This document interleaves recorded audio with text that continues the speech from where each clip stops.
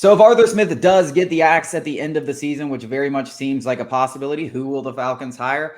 We're going to talk about that over the next couple of segments. There's one name that's kind of been thrown around early on, and it's Joe Brady. Of course, as LSU guys, he was kind of the mastermind behind that 2019 offense. Now he's taken over the Bills offense, and the Bills offense went from kind of a problem for that team, which was surprising, to looking like what everyone thought they were going to look like in both the run and the passing games. And now all of a sudden the Bills look like Super Bowl contenders. And if they do make a deep run in the playoffs, you can bet he's going to get a lot of head coaching, interviews and stuff like that. And he was interviewed for the job back in 2021 when the Falcons hired Arthur Smith. So Louisiana boy, he was also the Saints passing game coordinator. I love stealing Saints guys and using them against our rivals from Louisiana. What do you think about the possibility of Joe Brady taking over Atlanta if Arthur Smith is fired?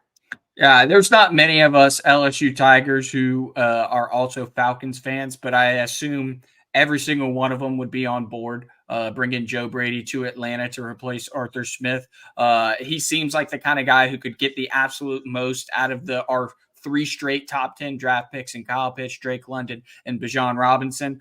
He had a lot of his success in Carolina under Matt Rule. Unfortunately, losses piled up and somebody had to go. Somebody had to, be thrown under the bus, and unfortunately it was Joe Brady. The same thing kind of happened in Buffalo with Ken Dorsey, Joe Brady taking over. So I would love the idea of bringing Joe Brady here, potentially pairing him with another LSU boy, Heisman Trophy winner Jaden Daniels. I mean, I love that picture, for obvious reasons that, we're both LSU guys, but I also just love it from a Falcons standpoint that Joe Brady seemingly gets it. He just gets it on a fundamental basis where he's letting the game come to him. He's letting the game dictate his play calls, his play sheet. He comes in with a game plan, but if things go awry, he doesn't panic. He doesn't try and ram his head into a wall, what it kind of seems like Arthur Smith does.